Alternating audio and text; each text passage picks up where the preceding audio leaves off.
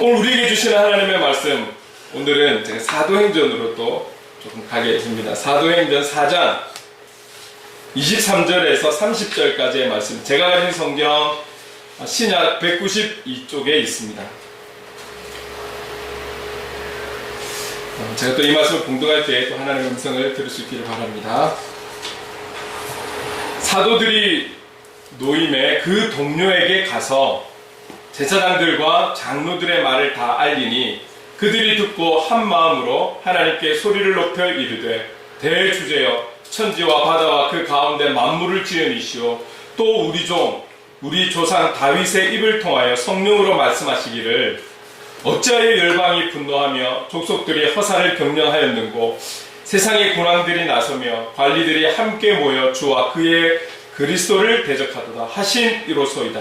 과연 헤롯과 본디오 빌라도는 이방인과 이스라엘 백성과 합세하여 하나님께서 기름 부으신 거룩한 종 예수를 거슬러 하나님의 권능과 뜻대로 이루려고 예정하신 그것을 행하려고 이 성에 모였나이다. 주여, 이제도 그들의 위협함을 굽어보시옵고 또 종들로 하여금 담대히 하나님의 말씀을 전하게 하여 주시오며 손을 내밀어 병을 낫게 하시옵고 표적과 기사가 거룩한 종 예수의 이름으로 이루어지게 하옵소서 하더라. 아멘. 오늘 저는 본문으로 한 마음으로 예수의 이름으로 라는 제목을 함께 또 말씀을 나눌 때에 각자에게 주시는 은혜가 있을 줄로 믿습니다.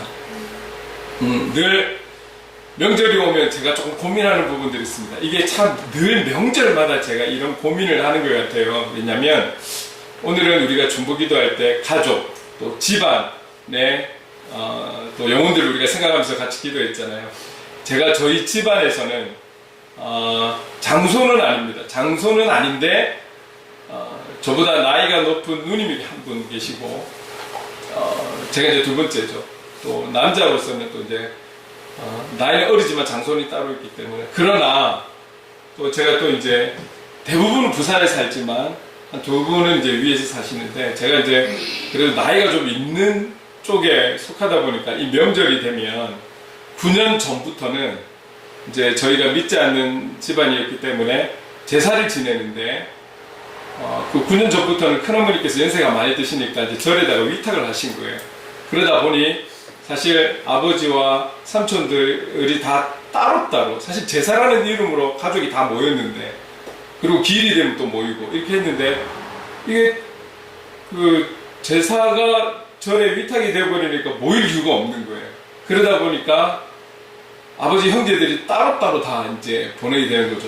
본인들의 자녀들과 같이 보내게 되는 거죠. 이제 저희 사촌들도 다 이제 장성해서 다 결혼하고, 제가 조금 일찍 결혼하다 보니까 우리 아이들이 좀 이렇게 많이 커 있지만 이제 아주 뭐 유치부, 그렇죠, 뭐 초등 이런 나이에 있기 때문에, 그래서 이제 각자가 다 이제 만나는 거죠. 그리고 삼촌들도 이제 또 처가댁도 가시고 막 이렇게 하시는데, 마침 근데 우리가 개척으로 내려와서 아버지는 혼자 계시니까 저희들과 함께 이제 식사를 하고, 그 교회 와서 저희 동생도 교회로 오고 해서 이제 저희 가족이 또 모이는 거죠. 항상 이럴 때가 되면, 이전에는 제사 지낸다라는 것 때문에 1년에 적어도 2번 정도는 꼭 만났던 사촌들인데, 이게 어느 순간에 보니까 사촌을 거의 못 만나고 있어요.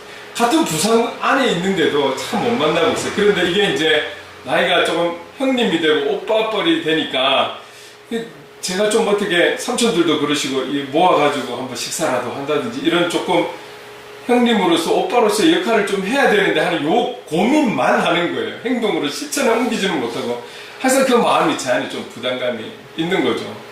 좀 다 어느 날 와가지고 같이 식사 한번 하자, 아니면 어디서 식사하자, 이거를 세상말로 흔히들 총대를 매는 그런 나이고 위치인데, 제가 생각만 하지 그걸 못하고 있는 거예요.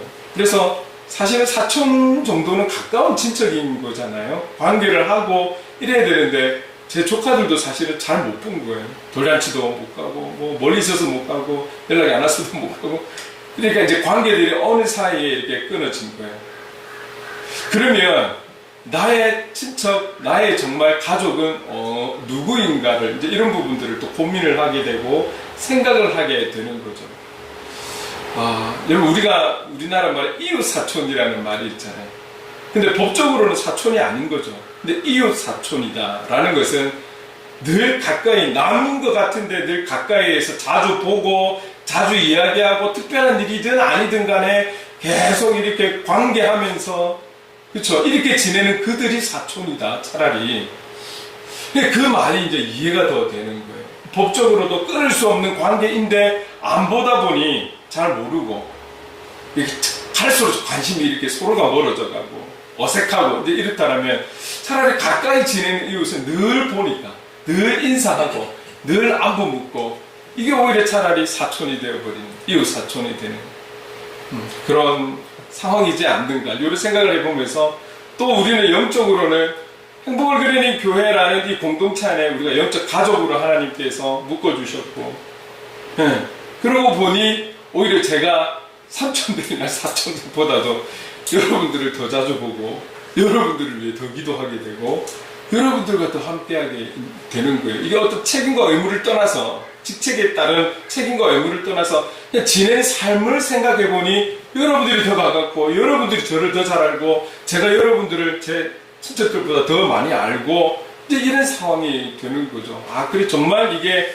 말로만이 아니라 어쩌면 나의 진짜 가족은 여기 계신 분들이구나. 이런 부분들을 생각하게 되었죠. 그래서 우리 공동체가 정말 앞으로 더더욱 어떻게 좀 이뤄가야 될까를 고민하면서 오늘 본문을 통해서 하나님께서 우리에게 주신, 그리고 저에게 주신 단어가 있었어요.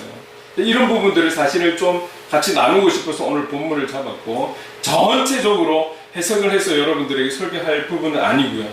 그래서 여기에서 우리에게 딱 깨닫게 하시고 알게 하신, 그리고 저에게 탁 가슴을 치는 단어가 너무 있어서 제목으로는 삼지 않았지만 함께 우리에게 주시는 그 마음들을 좀 나누려고 합니다. 자, 먼저 그래도 오늘 본문을 조금 이해하기 위해서는 사도행전 4장이잖아요. 그럼 3장의 내용부터 사실은 조금 우리가 알아야 돼요. 근데 너무나 잘 알고 있는 내용인데, 이 3장에는 평생을 나서부터 40년간 안전뱅이로 사는 사람이 있어요. 이 사람은 이제 자기가 성장해서 어느 정도 생각이 있고, 그리고 자기 혼자 스스로가 무언가를 해야 할 수 있는 나이 때부터는 성전 미문에 나와서 무엇을 했냐면 국어를 했어요. 왜? 국어를 해야지만이 그는 그 한 끼를 먹고 살 수 있기 때문에. 그래서 그가 스스로 뭔가를 할 수 있는 나이 때부터는 오래 전부터 나와서 성전 미문에 앉아서 국어를 했어요. 때가 되고 시간이 되어 사람들이 성전 안으로 들어가서 국어를 하러 들어가는 많은 사람들이 동냥을 해주는 것으로 먹고 살았었죠. 그 사람이 나요. 그런데 어느 날은 결국은 하나님의 때가 된 거예요. 하나님의 때가 되었는데, 때가 되어서 요한과 베드로가 기도하러 성전으로 들어가는 길에 이 안전뱅이와 눈이 쫙 마주치는 거예요. 이 눈 마주치면 참 무서운 거잖아요. 어떻게 될지 모르는 거예요. 어떻게 될지 모르는 거예요. 눈 맞으면 큰일 나요. 세상에서도 눈 맞으면 큰일 나요. 큰일 나잖아요. 근데 영적으로도 눈이 딱 맞아버린 거예요. 근데 이때가 하나님께서 예비하신 때라는 걸 우리는 느낄 수 있는 거예요. 베드로와 요한이 이때만 기도하러 갔겠습니까?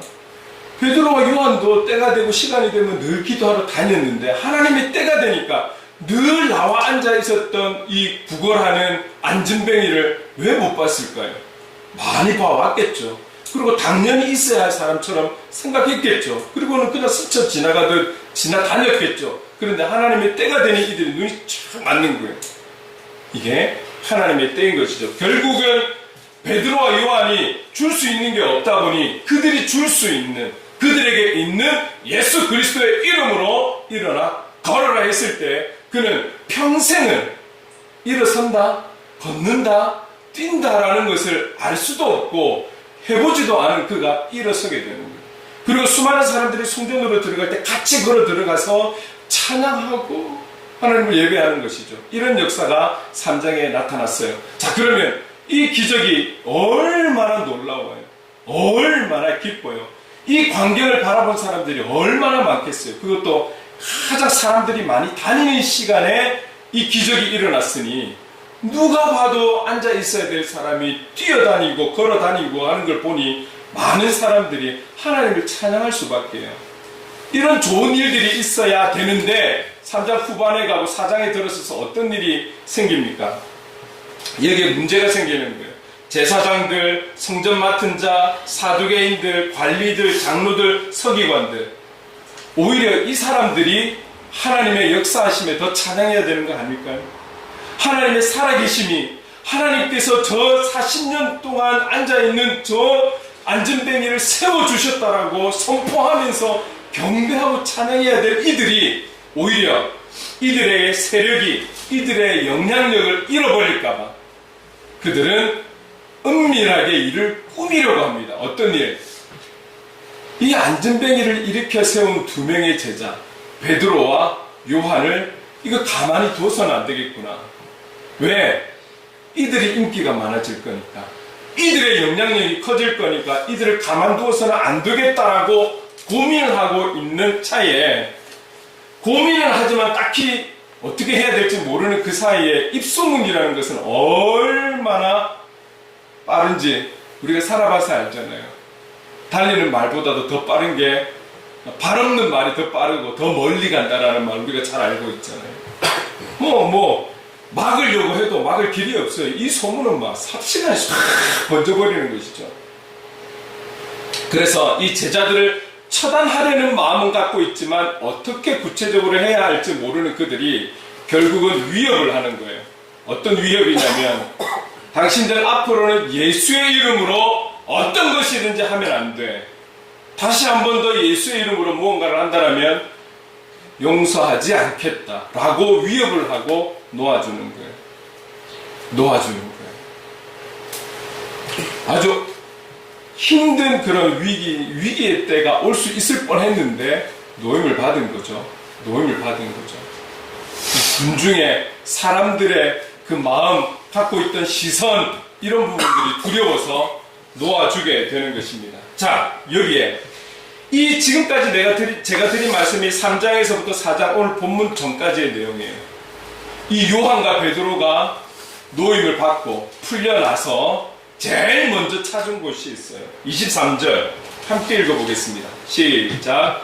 사도들이 노임에 그 동료에게 가서 제사장들과 장로들의 말을 다 알리니, 이 요한과 베드로가 노임을 받고, 다행히도 감사하게도 노임을 받고 제일 먼저 찾은 곳은 가족이 아니었어요.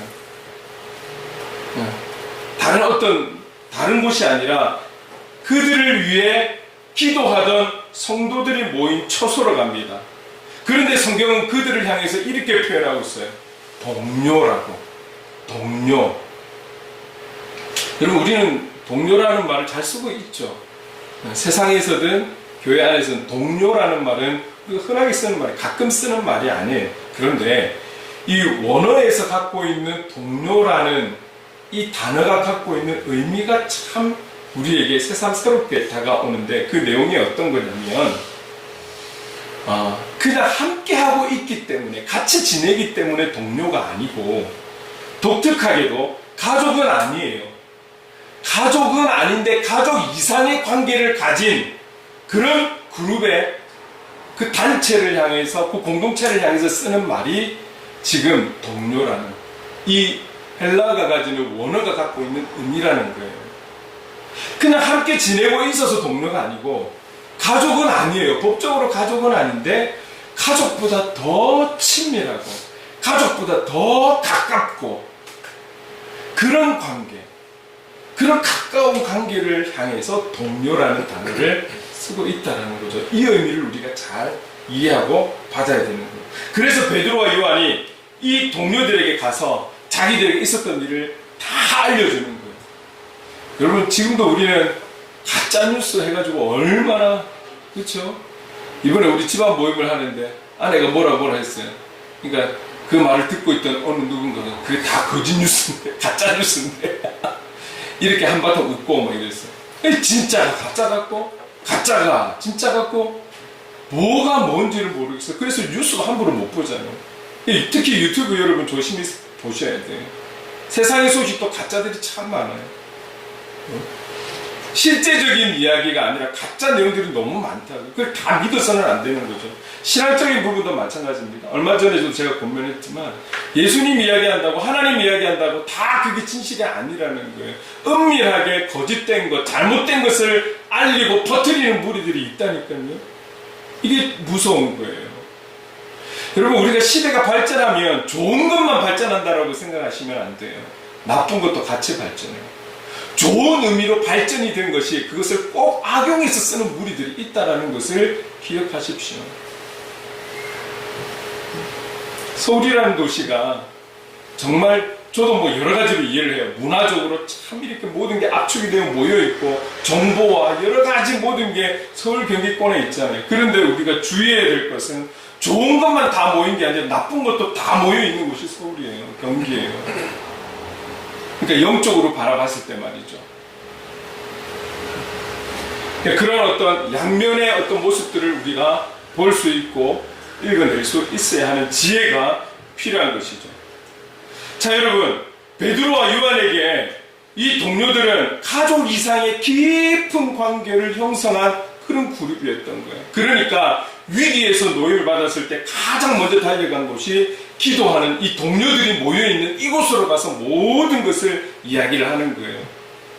소문이 무성할 것인데 이들에게 직접 들었을 때 진실은 그거구나, 진실은 그것이구나 알 수 있는 거잖아요.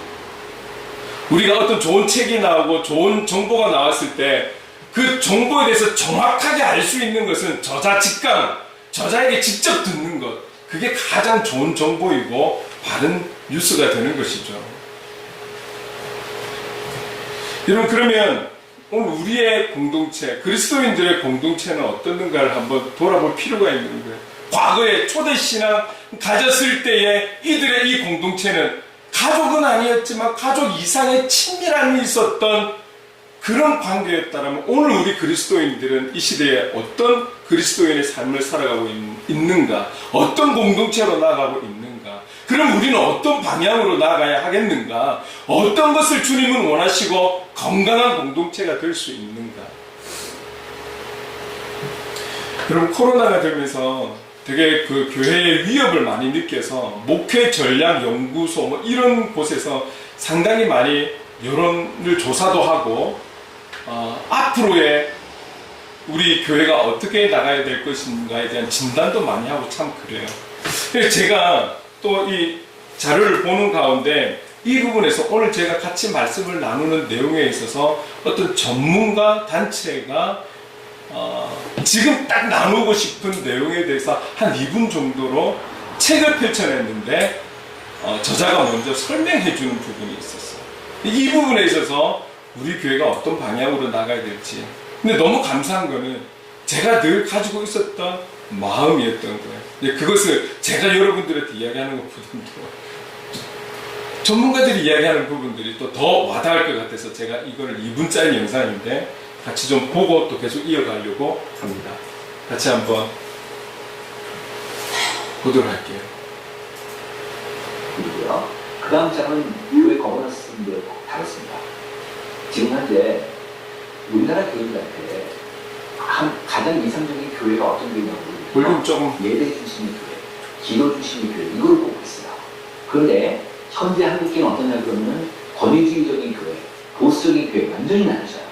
그러니까 교인들조차 이렇게 생각하는 거거든요. 그래서 지금 현재 보면은 교회의 어떤 수직적인 문화, 권위주의 문화가 지금 일반 사회는 공정하고 평등하고 이런 쪽으로 가고 있거든요. 확실히 우리 한국사회는 그러고 있어요. 교회는 거기 있더라고요. 아직까지 권위주의적이고 수직적이고 이런 문화 때문에 젊은 사람이 떠나는 거예요. 이번에 그래서 처음으로 저희가 교회 거버넌스 문제를 다뤘어요. 교회 지도 제대로 얻었고 거버넌스에게 어떤 아름다운 조직인데 모든 선장이 혼자 조직을 끌고 갈 수 있는 게 모든 선원들이 같이 끌고 가는 것처럼 이제 한국교회가 이런 거버넌스를 가야겠다. 이런 측면에서 한번 이렇게 한번 도전적으로 한번 그런 의견을 내봤고요. 그 다음에 철치, 그러니까 교회 안에 교회, 이게 소문이죠. 예배가 있고, 그 다음에 선교가 있고, 전도가 있고, 교육이 있고, 교제가 있고, 이렇게 다 있는 봉사가 있고, 소문이 잘 되는 교회들은 다 이런 역할들을 다 하고 있는 거죠. 근데 보면은, 코로나 이후에 지금까지 계속 저희가 조사를 해보면, 분명히 있어요. 왜냐면, 코로나 전하고 지금하고 소그룹 유지율이 높은 교회, 소그룹을 잘하는 교회가 다 되잖아요. 다 성장하고 있고. 이런 것들이 잖아요. 데이터에서 증명된 거니까. 그래서 이제 소그룹을 지속적으로 좀 연구해야 되고 소그룹을 적용해야 되고 이번 책에서는 소그룹 리더에 대한 문제, 그 다음에 소그룹 운영 방식이나 이런 것들을 구체적으로 이렇게 말씀드리겠습니다. 그 다음에 이제 또 하나는 네, 여기까지. 네. 지금 이분도 사실은 정보들을 모아서 정리된 것을 알려주는 거지 본인의 생각은 아니거든요. 그거를 자료를 정리해서 책으로 만들어서 냈는데 그 부분이 요렇다라는 것을 설명해 주고 있어요.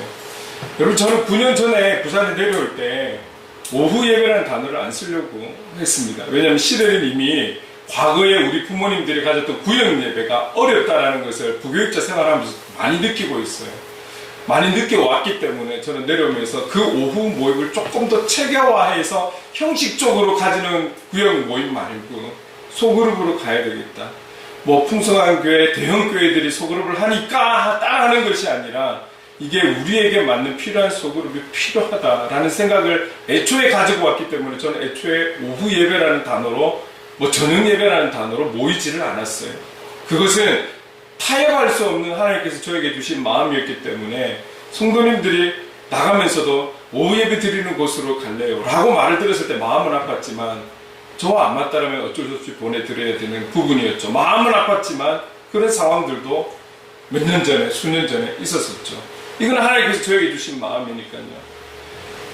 그게 소그룹이든 어떤 프로그램이든 사람이 없으면 하지를 못해요. 그래서 사실 성도님들이 조금 그래도 한 20명 계실 때는 또 그 나름대로 지난주에 나눴던 설교를 가지고 같이 또 은혜를 나누고 간증하고 같이 기도 제목을 나누고 이렇게 했었죠. 지금 최근 들어서 저희들이 다시 이제 코로나가 완전히 이제 좀 정리가 되고 제가 마음을 쭉 가지면서 우리 자녀들에게도 이번에 또 3일체라는 내용으로 또 세례 교육도 하게 되고 이렇게 소그룹으로 모임을 하게 되었는데 우리가 식사를 하면서도 소그룹 시간 갖기 전까지 모든 그런 교제들이 여러분 저는 이 부분을 상당히 중요하게 생각해요. 예배에 저는 요소를 이야기를 한다면 하나님의 말씀과 찬양과 기도 그리고 빠져서는 안 되는 교제, 저는 이 교제를 다른 말로 한다면 소그룹이라고 표현을 하고 싶어요. 그래서 그냥 우리의 일상생활을 나누는 것 같고 별 쓸데없는 이야기를 하는 것 같지만 그 이야기 속에서 사실은 그분에 대해서 말하는 그분에 대해서 하나씩 더디다 할지라도 알아가는 것이죠. 그 속에 기도 제목이 또 있는 거예요. 그분을 알아가는 거니까요. 그리고 저는 저의 역할은 그런 거죠. 하나님께서 지혜를 주시면 그 내용 속에서 기도해야 될 내용들을 체크해내는 것이죠. 그리고 마지막에는 우리가 함께 기도하고 또 이런 양육 시간들이 있을 때는 이 양육을 통해서 같이 나누면서 생각을 나누면서 제가 가르치는 것이 아니라 그 내용을 통해서 함께 연구하고 함께 준비하고 함께 알아가고 제가 모르는 것도 많을 거기 때문에 또 알아서 또 같이 나누고 이러면서 우리가 여호와께로 돌아가니 그냥 예배 자리에 왔다라는 것이 아니라 정말 주님의 뜻 안에서 우리가 있어야 되지 않겠습니까? 이런 부분들을 해 나가야 되는 거거든요. 그렇지 않으면 우리의 신앙은 멈추는 거예요. 여러분 지금 주일학교고 어른이고 간에 아직도 비대면 바다에 빠져있는 많은 분들이 계세요. 너무나 많은 분들이 계세요. 정확하게 어떤 생각을 갖고 있는지 알 수는 없지만 본인들은 그리스도인인데 교회로 오지를 않아요. 이 유튜브를 통해서 가고 싶은 모든 것을 갈 수가 있는 거예요. 자기가 듣고 싶은 설교를 다 들을 수가 있는 거예요. 큰 교회, 대형 교회에서부터. 그러면 저는 우리가 이 유튜브를 하는 이유는 단지 우리 교회를 알린다, 소개한다 이런 의미도 있지만 크게는 이래요. 이렇게 10명, 11명이 모이는 교회에서도 시대를 따라가려고 노력하는 모습들이 나타났으면 좋겠다. 그리고 이 예배를 통해서 보게 되는 그가 누구일지는 모르겠지만 얼마 전에 말씀드렸잖아요. 서천에서도 연락이 왔다. 누구인지는 모르겠지만 그들이 이 공동체의 실제적인 이 현장에서 드리는 예배의 아름다움 하나님의 역사를 통해서 실제적으로 듣게 되는 말씀과 예배 전체를 통해서 그들도 교회로 돌아가기를 원하는 마음으로 하는 거예요. 우리 교회로 오라는 뜻은 아니에요. 지방에 있는 분들을 어떻게 우리 교회로 오라 해요?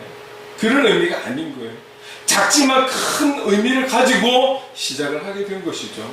제가 잘했어도 아니에요. 하나님의 역사하심을 기대하면서 하나님의 역사하심. 여러분, 우리가 소그룹이라고 모든 걸 다 완벽하게 갖춰서 할 수 있는 것은 아니에요. 처음부터 배부를 수는 없잖아요. 하나씩 하나씩 기초를 만들어가는 거예요. 그 소그룹 가운데서도 교제하는 그 시간들은 여러분 정말 중요해요. 예수님도 식탁 교제를 얼마나 중요하게 여기셨어요. 가는 곳마다 식탁 교제를 하시는 거잖아요. 그 자리에서 기도가 나오고 그 자리에서 역사가 나오고, 그렇게 알아가는 것이고 하나님의 역사는 그 자연스러움 속에서 역사가 일어나는 것이죠. 여러분, 저는 이게 참 중요하다라고 보는 거거든요. 여러분, 소그룹 하는 교회들이 뭐 성장했다, 성공했다, 저는 이 부분이 중요한 것이 아니에요. 시대에 맞춰서 우리는 작지만 가고 있느냐, 그 방향에 맞춰서 가고 있느냐, 건강하게 나아가고 있느냐. 여러분, 지금 대형교회 목사님이 옆에 서고 제가 섰을 때 여러분들이 더 권위 있게 볼 수 있는 사람이 누구겠습니까? 우리의 의식도 깨어져야 돼요, 여러분. 작은 교회 목사를 생각하고 대형교회 목사님을 생각할 때에 그 생각을 가지는 여러분들의 자세도 이제는 바뀌어야 되는 거예요. 최근에 한 분의 성도님에 대한 이야기들을 제가 들으면서 갈등하는 부분들이 결국 그거예요. 큰 교회, 작은 교회. 그리고 권위주의를 내세우고 뭐 이런 부분들이 하나님께서 원하시는 거예요. 항상 제가 여러분들에게 이야기하는 만인 제사장이라는, 저와 여러분의 역할이 다른 것이지 하나님 보실 때는 똑같은 거예요. 똑같으면서 서로를 존중하고 서로를 인격체로 대하는, 주님이 우리를 그렇게 인격체로 대해 주셨듯이 제가 목사인데 하고 여러분들에게 명령하고 그런 시대가 아니라는 거죠. 작은 교회든 큰 교회든 역할을 맡으신 목사님들, 모든 시골에 계시고 저 성교회 계시는 분들도 우리가 존중할 수 있는 마음, 이런 자세가 우리에게 필요한 것이죠. 시대가 바뀌었어요. 하나님께서 무엇을 원하는지에 대해서 우리가 바르게 알고 나아가는 것이 아주 중요한 거예요. 여러분, 이것은 전체적인 지금 자료를 정리해서 우리에게 이야기한 거예요. 더 구체적인 것은 그 책 속에 있고 저도 조만간에 보게 되겠지만, 우리 행복을 그리는 교회는 작지만 건강한 교회를 생각하고 있다는 것. 큰 교회가 중요한 것이 아니라 건강한 교회가 중요한 거예요. 바른 교회가 중요한 거예요. 여러분, 앞으로 저는 우리 예배를 향해서 어쨌든 하나님께서 기뻐하시는 예배로 더 힘써갈 것이고, 우리 속으로 또 주어진 환경에서 최선을 다해 나갈 것이고, 11명밖에 모이지 않는 교회지만 주보에 나와 있듯이 이 선교사님들에게 우리가 많은 것을 어떻게 할 수는 없지만 우리가 할 수 있는 부분 안에서 최선을 다해 헌금하고 최선을 다해 기도하고, 우리가 이 지역을 향해서 뭐 작은 교회가 뭐 그래요. 작은 교회이기 때문에 작은 교회만큼 우리는 이 지역의 영혼들을 향해서 최선을 다할 것이고, 우리보다 더 힘들고 어려운 이들을 향해서 복음을 들고 우리는 나갈 거예요. 이 선교적 마인드와 지역의 마인드와 하나님 기뻐하시는 이 예배와 소그룹을 가지고 나갈 거예요. 여러분, 여기서 중요한 것은 과거에 우리 신앙의 선배님들 어떻습니까? 낮 예배, 오후나 저녁 예배, 금요 철야 예배, 수요 예배, 새벽 기도회 다 나와가지고 우리에게 박수인 권사님만 하더라도 늘 무릎으로, 지금 얼마나 작지만 지금 의자들 다 있지만 과거에는 그 마룻바닥에 다들 무릎을 꿇고 기도하는 시절 아닙니까? 그러면서 마룻바닥을 치면서 가슴을 치면서 이 땅의 복음화를 위해서 기도하신 그 기도가 있기 때문에, 그 헌신이 있기 때문에 여기까지 온 거잖아요. 근데 지금의 그리스도인들의 삶은 어떻습니까? 교제하기를 힘들어해요. 가정을 오픈한다는 것은 더더욱 힘들어요. 요즘은 신방이 없어지고 있습니다. 여러분, 기쁘십니까? 신방이 없어요. 신방이 갈수록 젊은 가정에서 갈수록 신방이 없어요. 교제 갈수록 어려워요. 그리고 교회에 대해서 알기를 별로 원하지를 않아요. 교회에 대해서 관심을 많이 잃어가고 있어요. 여러분, 교회는 건물이 아닙니다. 교회 안에 있는 지체이고 영혼들인 거죠. 그 영혼들이 모인 곳이 공동체가 교회인 것입니다. 교회에 관심이 없다는 것은 나를 제외한 다른 지체들에게 관심이 없는 것과 동일한 거예요. 이거는 심각한 거거든요. 우리의 복음은 건물을 향해 나아가 있는 것이 아닙니다. 영혼에게 나가 있는 것이지. 영혼을 위해 있는 것이죠. 지옥에 갈 수밖에 없는 죄인된 영혼들이 그 복음을 통해서 하나님 나라에 가야 할 그 영혼으로 세워가는 그런 공동체가 교회 공동체 아니겠습니까? 주일학교도 마찬가지입니다. 갈수록 모이지 않으니 그들끼리의 교제, 그들끼리의 어떤 무언가가 없어요. 그래서 수련회가 참 중요한 것 같아요. 갈수록. 과거에도 중요했지만 지금은 더더욱 수련회라는 시간이 함께 지내면서 자고 먹고 놀고 또 함께 집회하고 그러면서 어우러지는 거잖아요. 그러면서 친해지는 거예요. 친밀함을 가지는 거예요. 같이 손을 잡고 기도하고 눈물로 콧물로 기도해 나가면 가기 전의 모습과 다녀온 뒤의 모습은 다른 것이죠. 다른 거예요. 제가 저희 아이들한테 미안한 게 이 부분이에요. 그래서 이 아이들을 붙들고 어쨌든 공부를 하려고 언제나 바른 복음과 예수 그리스도에 대해서 어쨌든 전하고 싶어서 과거에 사실 사람들이 없을 때 이 아이들 붙들고 우리가 성경 파노라마도 하고 그것이 알고 싶다 신약편 구약편 해가지고 하고 그리고 또 구약에 나와 있는 남유다와 북이스라엘 왕들에 대한 이야기도 같이 하고 그때는 어느 정도 배웠는데 지금 다 까먹고 까먹어줘서 고맙잖아요. 또 하면 되니까 애써 왔습니다. 사실은 우리 행복을 그리는 게 이 어려움 속에서도 9년을 지킬 수 있었던 것은 그런 여러분들의 기도도 그렇지만 처음 시작에서부터 여기까지 올 수 있었던 것은 그런 애씀이 있어서 그렇지 않는가. 하나님께서 긍휼히 여겨주셔서 불쌍히 여겨주셔서 여기까지 오게 하신 그 은혜이지 않는가 이렇게 생각을 해봅니다. 여러분 시대가 어떠하든지 우리는 시대를 따라가는 것이 아닙니다. 세대가 어떤 세대니 무슨 세대니 우리는 그 세대를 쫓아가는 것이 아닙니다. 우리는 말씀대로 살아가는 하나님의 사람들이 되는 줄로 믿습니다. 복음을 품고 복음을 중심으로 해서 복음의 사람답게 살아가려고. 그래서 우리는 늘 복음의 사람, 삶의 예배자를 이것을 목표로 하고 중심을 가지고 교회에서도 그렇게 교회를 떠난 현장에서도 그렇게 살아가려고 우리는 계속 외치고 있고 설교 때마다 축도 때마다 이 단을 끊임없이 내뱉는 것은 그렇게 살기를 그렇게 살아야 함을 선포하는 것이잖아요. 그걸 주님께서 원하시는 것입니다. 그렇게 살아가지 못하기 때문에 우리가 세상이 변하지 못한 것이죠. 주님이 못해서가 아니라 우리가 그러지 못했기 때문에. 여러분 건강한 우리 행복을 그리는 교회를 향해서 나갈 것입니다. 여기에 여러분들이 함께 해주셔야 됩니다. 여기 함께 해주셔야 되는 거예요. 어떻게 함께 해주시는 겁니까? 여러분 오늘 본문에 보면 이렇게 이야기하고 있습니다. 오늘 그들이 24절 말씀 같이 한번 볼까요? 24절. 자, 그들이 요한과 베드로의 이야기를 듣고 야 이런 나쁜 놈들이 있냐 하면서 같이 분을 냈습니까? 아니면 그 이야기를 듣고 나한테도 그런 위험이 올 수 있겠네. 나 어떻게 하지? 도망갈까? 어떻게 할까? 이런 생각하는 사람들도 있지 않을까요? 여러 가지 생각들이 할 수 있었을 거예요. 그런데 오늘 성경에 이 베드로와 요한의 이야기를 들은 다른 모든 그리스도인들이 어떤 마음을 가졌는지에 대해서 성경은 증거하고 있습니다. 24절 말씀 함께 읽겠습니다. 시작. 그들이 듣고 한 마음으로 하나님께 소리를 높여 이르되. 그들은 감정적으로 어떻게 그 이야기를 듣고 표현하지 않았어요. 그들은 한 마음으로 하나님 앞에 기도하기 시작합니다. 여러분들 우리 행복을 그리는 교회를 위해서 할 수 있는 것이 무엇입니까? 어떤 분들은 그렇게 했죠. 작은 교회면 항상 부담 가지는 헌금. 여러분 행복을 그리는 교회 그래도 하나님께서 먼저 세워주신 목사로서 여러분에게 말씀드리고 싶은 게 있어요. 기도해 주세요. 기도. 제가 이 물티슈를 갖고 다니면서 어떤 분들이 저 믿어요. 이거 괜찮아요. 가지고 가주세요. 가지고 가셔서 이 행복을 그리는 교회라는 이름 보시고 한 번 정도라도 중보해 주십시오. 기도해 주십시오. 그게 저희들을 도와주시는 겁니다. 여러분 기도한다라는 것 눈에 보이지 않으니 그 힘이 얼마나 되는지 모르시겠습니까?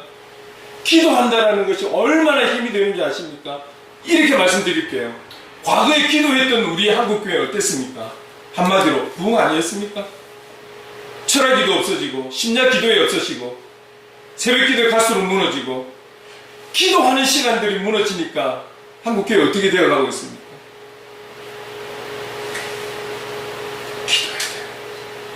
할 수 있는 것은 예수의 이름으로 기도하는 거예요. 오늘 이 제자들이, 다른 그리스도인들이 베드로와 요한의 이야기를 듣고 한 마음으로 기도했다라는 거예요. 이게 핵심입니다. 동료들이니까 기도했다라는 거예요.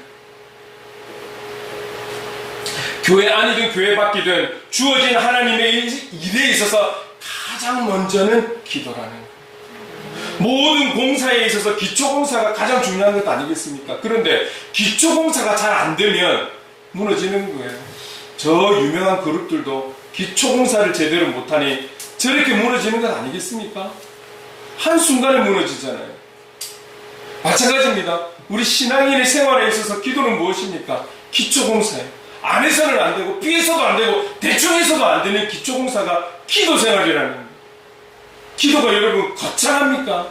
쉽게 우리가 표현합시다. 우리의 기도를 받으시는 하나님과 대화하는 거죠. 대화하는. 여기에 무슨 형식이 필요하고 무슨 좋은 단어가 필요하겠습니까? 우리의 있는 모습 그대로 주님 앞에 표현을 하면 되지. 여기서부터 시작하는 거예요. 기도만 하고 행함과 노력이 없거나 기도 없는 행함과 노력에는 아무런 열매가 없는 거예요. 그래서 이들은 한 목소리로 한 마음으로 부르짖는 거예요. 부르짖는다는 것은 그만큼 간절하기 때문에 부르짖는 것 아니겠습니까? 행복을 그리는 교회는 분명 하나님께서 세우신 줄로 믿습니다. 적은 수이지만 우리의 열방을 위해서 기도하고 나라 민족을 위해서 기도하고 부산을 위해서 기도하고 지체들을 위해서 기도하고 이 기도에 응답을 주실 줄로 믿습니다. 이 믿음을 가지고 우리는 기도하는 거잖아요. 기도해야 하는 것이고요. 그래서 우리 행복을 그리는 교회에 이 기도 소리가 정말 더 부르짖는 소리가 더 이 지역을 깨울 수 있는 그런 소리로 영향력을 나타낼 수 있는 기도할 수 있는 우리 교회가 될 수 있기를 간절히 소망합니다. 찬양의 소리가 높아져야 하고 말이죠. 그렇게 찬양하며 기도하며 나갈 때에 그때의 하나님의 일은 시작이 되는 줄로 믿습니다. 여러분 동료들은 어떤 마음입니까? 그 기도의 내용이 24절에서부터 30절까지 중요한 것은 이 내용을 살펴보려고 하는 것이 아니라 중요한 것은 이 내용을 하기에 동료라는 마음을 가지고 성령 안에서 한 마음이 되어서 기도했다라는 것, 우리가 이 자세를 본받고 싶은 거예요. 오늘 지금을 살아가는 우리의 이웃 사촌은 우리이지 않습니까? 행복을 그리는 교회라는 이 영적 공동체 안에 우리가 바로 이웃 사촌이지 않겠습니까? 그렇다면 우리는 이 동료애를 가지고 함께 부르짖어 가야 하는 것이죠. 이 자세가 우리에게 필요하다라는 거예요. 29절 30절 말씀 같이 한번 읽어보겠습니다. 시작. 종들로 하여금 담대히 하나님의 말씀을 전하게 하여 주시오며 손을 내밀어 병을 낫게 하시옵고 표적과 기사가 거룩한 종 예수의 이름으로 이루어지게 하옵소서 하더라. 그들의 간절한 기도의 내용은 무엇이었습니까? 그런 예수의 이름으로 무엇이든지 하면 안 돼? 위협을 하고 보내준. 그래서 요한과 베드로가 풀려났음에도 불구하고 그들은 기도하면서 우리로 하여금 하나님의 말씀을 전하게 하옵소서. 야, 이런 용기와 이런 담대함이 어디서 나는 것일까요? 그 말씀을 전하고 말씀 대신 예수 그리스도를 전하다가 그들이 어떻게 잡혀갈지 모르는데, 그런데 오히려 한 마음이 되어서 기도하는 것은 하나님을 말씀을 전하게 하옵소서. 손을 내밀어 병을 낫게 하시옵고 표적과 기사가 거룩한 종 예수의 이름으로 이루어지게 하옵소서. 그게 어떤 것이든, 병을 낫게 하는 것이든, 영적으로 정신적으로 문제가 있어서 치료하는 것이든, 회복되는 것이든, 어떤 것이든 예수의 이름으로 이루어지게 하옵소서. 예수의 이름으로 이루어지게 하옵소서. 오늘 행복을 그리는 교회가 건강하게 잘 성장해야 되는 이유는 예수 그리스도 때문인 줄로 믿습니다. 오늘 저와 여러분이 삶 속에서 건강하게, 바르게, 잘 우리가 이 세상을 이겨내고 하시는 일들이 잘 되어야 될 이유가 우리 때문이 아니라 예수 그리스도의 이름 때문에 그렇습니다. 우리를 바라보는 그들에게, 우리를 지켜보고 째려보고 있는 그들에게 예수의 이름이 증거되어야 되지 않겠습니까? 예수 그리스도의 사랑이 흘러가야 되지 않겠습니까? 예수 그리스도의 선한 능력이 우리를 넘어 그들에게까지 영향이 미쳐져야 되지 않겠습니까? 여러분, 오늘 저와 여러분들이 목적을 갖고 기도하시되 예수의 이름으로 기도할 수 있기를 바랍니다. 그럴 때 우리 주님께서 우리를 긍휼히 여기셔서 도와주실 줄로 믿습니다. 모든 것이 예수의 이름으로 이루어지기를 간절히 원하는 그 마음. 오늘 이 동료들이 이런 마음을 가지고 기도하고 있는 것처럼 우리 또한 이런 마음으로 기도하며 예배하며 삶의 현장으로 나아가야 할 것입니다. 오늘 저와 여러분에게 이런 결단이 있었으면 좋겠습니다. 누군가가 나의 동료가 되어주기 이전에 내가 먼저 동료가 되자. 이런 마음이 필요하지 않겠습니까? 우리 안에서도. 우리 서로 축복합시다 할 때 누군가가 나를 먼저 축복해 주기보다는 내가 먼저 돌아보고 축복해 줄 수 있는 이런 자세가 우리에게 있어야 되는 것이죠. 이런 자세를 가지고 그리고 우리에게 주어진 모든 일들을 예수의 이름으로 감당하겠습니다. 그리고 주어진 모든 어려움들을 예수의 이름으로 견뎌내겠습니다. 그리고 우리는 앞으로도 변함없이 예수의 이름으로 일어서서 한 걸음 한 걸음 나아가겠습니다. 나에게 주신 예수의 이름으로 일어서겠습니다. 우리가 이런 마음의 결단이 있어야 하는 것이죠. 예수 그리스도의 이름으로 이 지역의 영적인 그리고 육적인 병자들을 낫게 하시고 여러 영적 표적과 기사를 영적 정쟁의 승리를 하나님께서 나타내 주실 줄로 믿습니다. 그것은 예수의 이름을 드러낼 때 예수의 이름을 선포할 때에 예수의 이름으로 나아가는 우리를 통해서 하나님께서 이런 역사를 이루어 주실 줄로 믿습니다. 사랑하는 성도 여러분, 우리 행복을 그리는 교회에 이와 같은 영적 동료회가 되어서 가지고 있어서 성령 안에서 한 마음이 되어서 오직 예수 그리스도의 이름을 경배하고 찬양하고 그 이름으로 기도하며 나갈 수 있는 저와 여러분의 그리스도인다운 삶이 될 수 있기를 간절히 소망합니다. 그럴 때에 하나님께서 기뻐하시는 교회, 하나님께서 기뻐하시는 참된 그리스도인의 삶을 살 수 있도록 도와주시고 인도해 주시고 하나님께서 우리를 통해 하나님의 뜻을 이루어 주실 줄로 믿습니다. 아멘. 여러분, 제가 마무리하면서 제가 지금까지 우리가 참 열악하고 여러 가지 부족했지만 여기까지 인도하신 모든 것이 그래도 여러분 우리가 나타낼 수 있는 장점은 적은 인원이지만 바로 이 동료회에 가까이 우리가 이 마음 갖고 있는 거잖아요. 제가 최근에 말이죠, 여러분들 하나씩 뭔가 필요한 게 있어서 사면서 하나 더 덤으로 사고 집에서 하나씩 뭐 만들어서 이렇게 같이 나누고 이런 모습들을 보면서 너무 커도 이거 못하는 거잖아요. 이제 그럴 때는 그룹으로 나눠서 하시겠지만 지금 우리가 이 적은 인원에서 그 사랑을 나누고 그 마음을 가지고 여러분 이게 가지고 오고 나누는 그 물건에 대한 물질에 대한 게 문제가 아니라 그것을 우리가 함께 나눠야 되겠다, 함께 내 지체들에게 나눠야 되겠다는 그 마음에서부터 너무너무 감사한 거잖아요. 너무너무 감사하고 아름다운 것이고 주님 그걸 원하시는 거잖아요. 그 가치가 얼마나 한다 이런 게 중요한 것이 아니라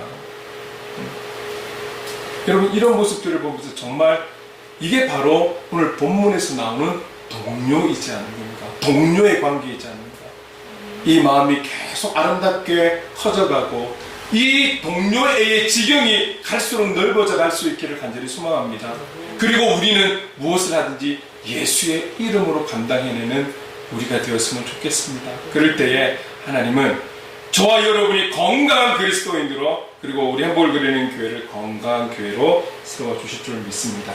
지금까지 인도하신 그 은혜를 생각하면서 이 찬양을 좀 함께 드렸으면 좋겠습니다.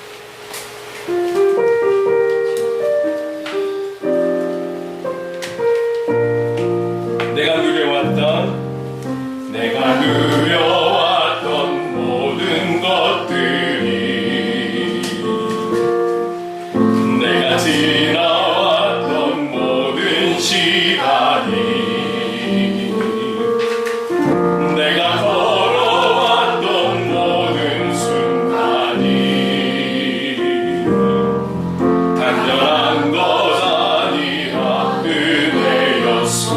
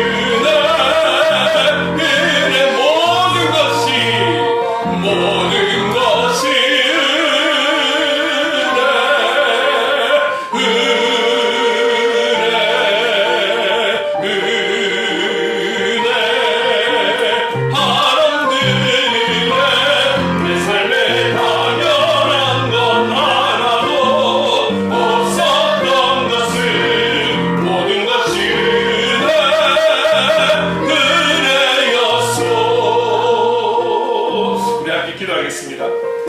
기도할 때 주님, 우리 교회가 예수의 이름으로 하나님 기뻐하시는 건강한 교회로 세워지게 하시고 하나님 기뻐하시는 동료애가 넘쳐 함께 하나님의 뜻을 이루어가는 그리스도인의 삶을 살아가는 그런 건강한 교회 공동체가 될 수 있도록, 그래서 이 지역의 영혼들에게 선한 영향력을 바라는 교회 되게 하옵소서. 우리 주신 말씀을 기억하며 함께 기도하며 나가겠습니다. 사랑하는 은혜가 많으신 하나님 아버지, 오늘 되게 된 것은 하나님 우리의 어떠함이 아니라 모든 것이 하나님의 은혜임을 고백합니다. 오늘도 하나님 아버지, 오늘 귀한 말씀을 통해서 우리 안에 참된 동료애가 흘러가기를 간절히 원합니다. 주님, 우리가 행복을 그리는 교회라는 이름 안에 우리 하나님 아버지 한 영혼이 얼마나 소중하고 귀하고, 우리가 말로 그렇게 외쳤던 천하보다 귀한 그 한 영혼이 바로 이 자리에 이곳에 모여있는 하나님 우리지 않습니까? 그런 우리가 이런 하나님 성경에 보여주신 그 하나님 아버지 그리스도인들의 동료애가 우리 안에 있게 하셔서 이 시대에 이때의 건강한 하나님 아버지 동료애를 가지고 하나님 성령 안에서 한 뜻을 이루며 한 하나님 아버지 우리가 마음을 가져서 아버지 뜻을 이루어가는 하나님께 영광을 나타내며 나가는 하나님 그런 우리가 되기를 간절히 소망합니다. 하나님 기뻐하시는 그런 사랑으로 넘쳐서 동료애가 넘쳐서 하나님 기뻐하시는 우리 공동체로 더욱더 하나님 성장해 나갈 수 있도록 주님 인도해 주시길 간절히 원합니다. 작지만 건강한 공동체, 작지만 하나님께서 기뻐하시는 우리 공동체가 될 수 있도록 주님 도와주시며 한마음 한 뜻이 되어서 정말 아버지 영광을 나타내며 그런 선한 영향력을 바라는 교회 될 수 있도록 주님 인도해 주시옵소서. 사랑하는 하나님 아버지, 정말 우리 안에 주님의 그 마음으로 더욱더 하나님 아버지 충만할 수 있도록 주님 인도해 주시옵소서. 주님 감사드립니다. 사랑해 주님 감사합니다. 행복을 그리는 교회에 오직 예수 그리스도의 이름만이 흘러넘치게 하옵소서. 주님의 이름 안에서 한마음 한 뜻을 이루는 건강한 동료애가 넘치는 그런 행복을 그리는 교회가 되게 하옵소서. 하나님의 뜻만을 이루는 무엇을 하든지 오직 예수 그리스도의 이름을 선포하며 증거하며 그 향기를 바라는 우리의 영혼, 우리의 교회가 되도록 성령님 도와주시옵소서. 예수님의 이름으로 기도드립니다. 아멘.